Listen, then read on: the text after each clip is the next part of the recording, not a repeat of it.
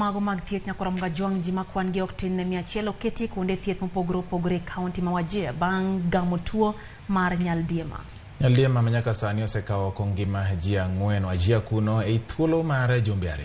Yangore ni osiptal ma Kojolo manyocha oseketi e skul Masirba manibwa ma Wajir sani ok nyal konyo jopiny magamo tuono makwan gi medo dhi malo. Migawo mar thieth medo manyo yore mag geng'o tuono kik med landore e alwora ma Wajir.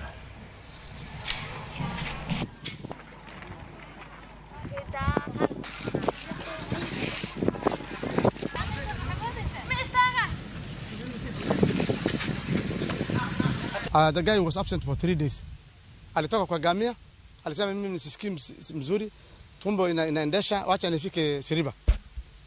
Kufika kabla hajafika nyumbani, kijana amefariki. Amekuwa kolera zaidi sana. Watu karibu hata hana hospitali hapo na wanalalisha watu chini ya miti. Tunahitaji watabuza ambaye ni standby kila siku.